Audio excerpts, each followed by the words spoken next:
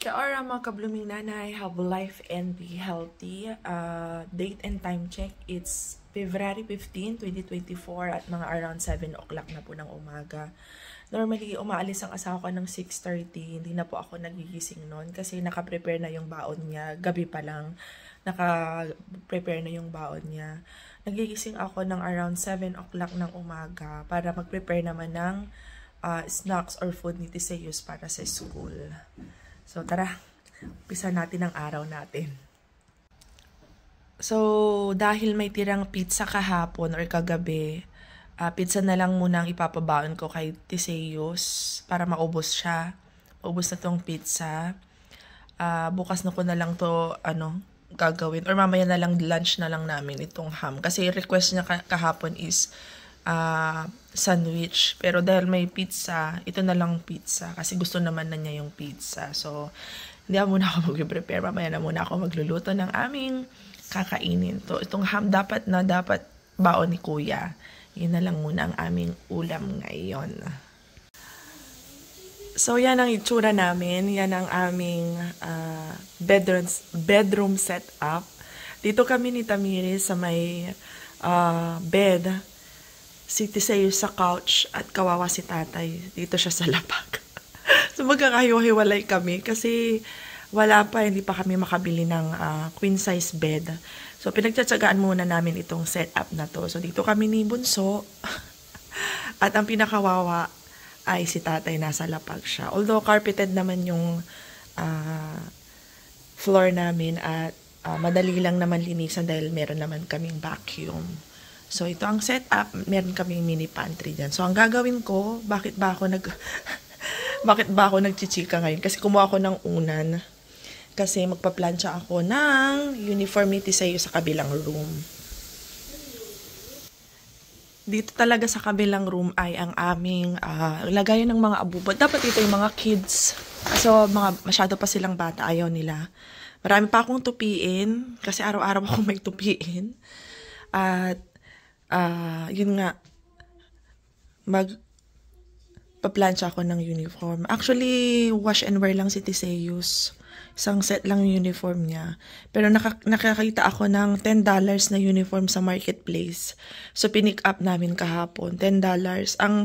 Ang brand new kasi nito ay around mga 30 ata. So, nakatipid din ako ng 20. So, next year na lang, pag okay na yung buhay namin dito sa New Zealand, pag may work na si nanay, ay saka ko na lang siya bibilihan ng bago. Pero sabi ni tatay, bibilihan namin siya ng bagong cargo pants. Kasi 40 kasi ang isang cargo pants. Pero sabi niya baka next week. So para may dalawa na siyang set ng uniform. So ito, dahil nalabahan ko na to kagabi, ito na ang planchahin natin para maisuot ni Kuya. So kahapon nga ay February 14, Valentine's Day. So, medyo nagtampo ako kay tatay kasi, di ba, kahit nung mga unang taon naming pagsasama or yung mag-asawa, talagang magkahiwalay na kami. Tawag dito, kasi nagsa-Saudi na siya dati. So, parang nagkasama lang kami ng talagang husband and wife ng siguro mga kulang 3 years. Kasi nung magtutuna kasi si Tiseyus ata, o magtuna ni Tiseyus ay nag-abroad na rin ulit siya. So, basically, magkalayo talaga kami tuwing Valentine's Day. So, wala talagang ganap. So, nasanay na ako. Tapos, lagi niya sinakasabi kapag bumabati siya ng Happy Valentine's Day, be. Pasensya na, ganyan. Kasi magkalayo tayo. Bawi na lang ako. Pag ganyan. So, I'm expecting na kapag magkasama na kami, babawi nga siya. Pero alam niyo po, nakaka-disappoint yung nangyari kahapon. So, ako kahit pa paano nag-i-expect ako, alam ko wala naman kaming pera ngayon. Kung naman kailangan ng magarbo. So, kahit pa paano nag-i-expect ako na maaalala niya. Tapos pagdating niya, galing work, wala siyang dala kahit ano, sarili niya lang. Tapos, syempre, parang na-disappoint ako na parang kung maintindihan yung nararamdaman ko. Pero parang okay lang. Parang disappointed pero parang okay lang.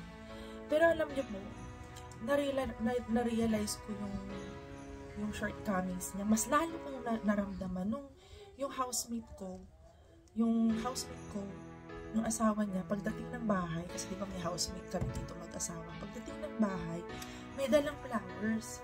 So parang, mas lalo tuloy akong nakaramdam ng parang, ay, oo nga no, simpleng effort lang yun. Yung housemate ko nga nakaya niyang mag-effort. Bakit si June hindi niya kaya? Parang kahapon kahit ayaw kong ipakita kasi parang napakababaw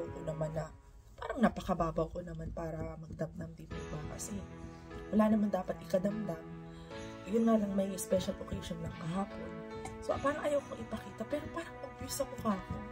Parang naiinis ako na parang disappointed talaga makikita sa mukha ko. Kasi, ewan ko, hindi naman kasi ako, very transparent akong tao. Kung ano yung nararamdaman ko, kahit ayaw kong ipakita, yun yung lumalabas. So, niyaya niya ako mag-usap kami kagabi. Kasi gano'n naman yung setup namin. Kapit tayo. Gano'n yung setup namin na bago kami matulog, kahit magkalayo kami ng tulugan, kasi wala pa kaming malaking bed. Nag-uusap muna kami, magkatabi muna kami, nag-uusap, ganyan. Pero kagabi talaga sabi ko, may ginagawa kasi ako. Kasi nagsiselfone ako kagabi. Pero ayaw ko talaga siyang kausapin or anything. Ayaw ko, ewan ko. Basta, ewan ko kung may ibang na makaka-relate sa akin. Pero, sobrang disappointed ako sa kanya talaga kahapon. I'm not materialistic, pero yung essence kahapon ng Valentine's Day, at saka halos for the past 6 years siguro, 6 years na Valentine's na hindi kami magkasama, na walang ganap. Okay lang kasi malayo siya, pero yung nandito siya tapos walang ganap kahit konti, doon ako talaga disappointed talaga sa kanya. So yun wala eh, ganun eh. Kaya focus na lang muna tayo sa ating gagawin. At sasama ko kayo pagdating natin kay Tisayos dyan sa may mamaya. Andi ka na.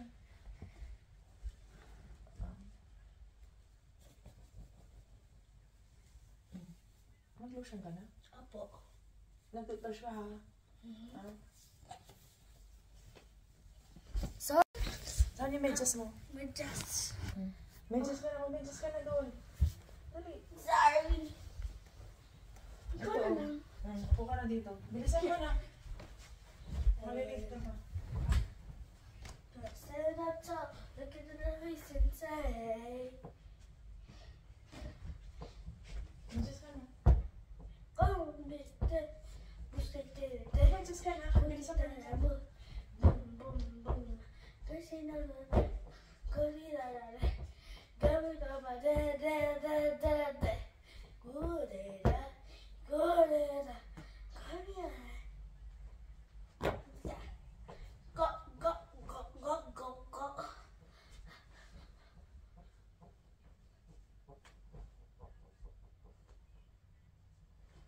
Go. Go, go. Go, go, go.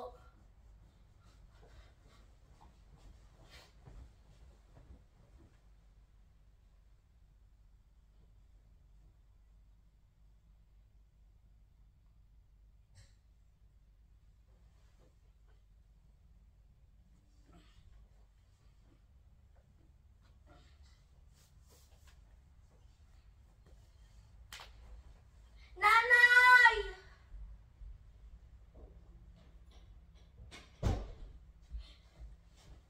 Sige na. Nanay, can you do this for me? Ikaw na maglagay, oo. Ganito kasi ganatin mo, para shoot, ganyan. Para mabilis.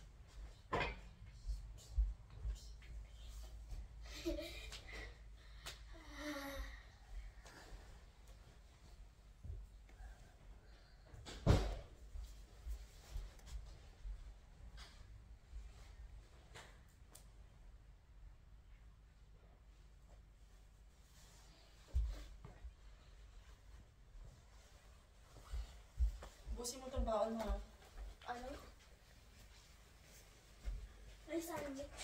Hindi sandwich. Pizza nga, di ba? Yan sandwich. That's not a sandwich. Pizza nga, di ba? Sabi ko.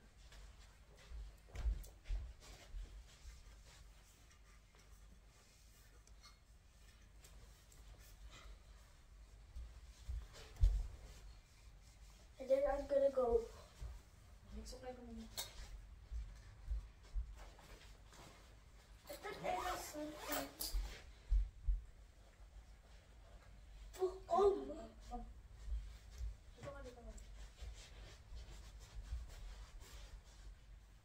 Nanay, dapat lapit sa camera. Hindi na. Lapit na lang sa camera. Hindi na.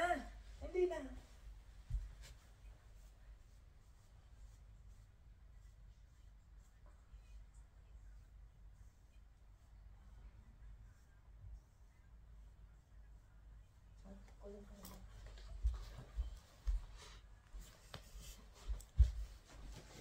Bye mga blue, nanay. Kulong ka muna. Kulong ka muna. No. Alika, kulong. Kulong. Ano ito? Ano na? Konnichiwa. Huwag yan. White flour yan pag when you feel dizzy. Alika na. I feel dizzy every day. I feel actually dizzy every day.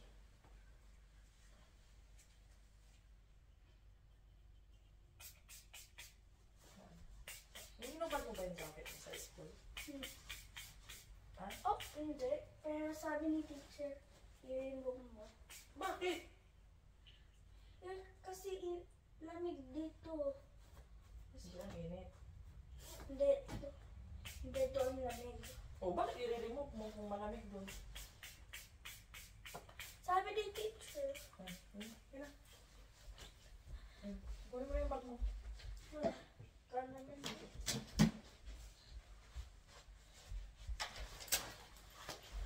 Bye, Nay! Yung last.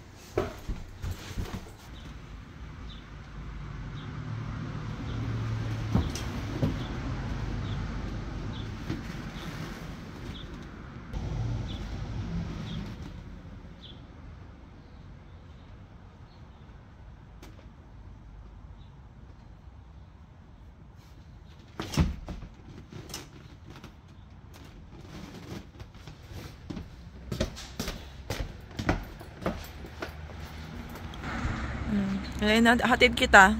Hatid kita. Hatid lang natin siya. Hatid lang natin si kuya dito sa may... Itawid lang natin si kuya. Okay. So ito lang yung ano. Sa Feb 26 pa mag-start si Tamiris eh. So itawid natin si kuya. Alam ko na lahat. Okay. Dito lang ako. Sandali lang ah. Sandali lang. Wait lang.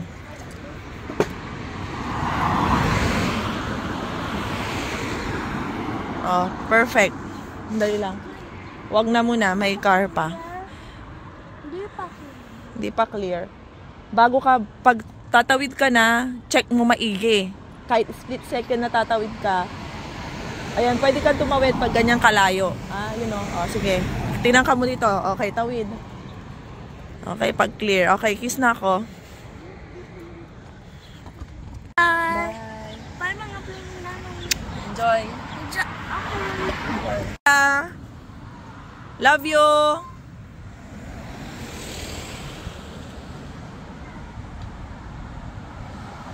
Ganyan po ako. Nahatid ko lang siya ng Tanaw. Babalik na pala ako kagad kasi binuksan ko maigi yung gate. Baka biglang lumabas si Tamiris. Baka bigla siyang lumabas kasi dati hindi ko binubuksan yung gate. Baka biglang lumabas. Tulog. Tulog kasi. A few moments later. At nakaalis na nga si kuya at kami ay babalik sa pagtulog mga 1 oras pa. Tulog muna tayo, 1 hour pa.